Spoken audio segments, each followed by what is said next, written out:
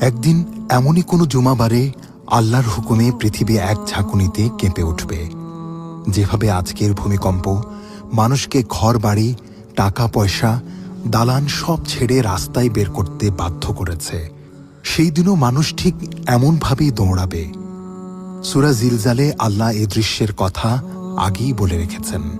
যখন পৃথিবী তার বোঝা বের করে দেবে, মানুষ বলবে, এ কি হচ্ছে?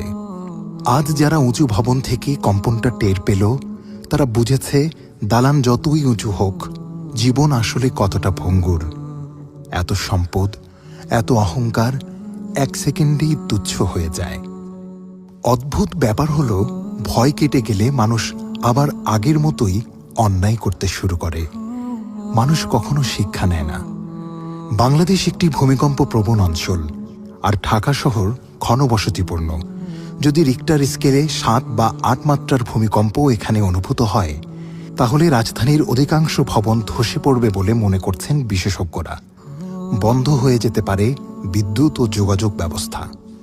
এই ভূমিকম্প আল্লাহর পক্ষ থেকে একটা সতর্কতা। দুনিয়ার মাল সম্পদ, পদমর্যাদা, ক্ষমতা সবই ক্ষণস্থায়ী। আজ যে ভয়টা মানুষের রাস্তায় নামিয়েছে, সেই ভয় যদি আমাদের হৃদয়কে আল্লাহর দিকে ফিরিয়ে দেয়, তাহলে সেটাও হবে আমাদের জন্য বড় প্রাপ্তি।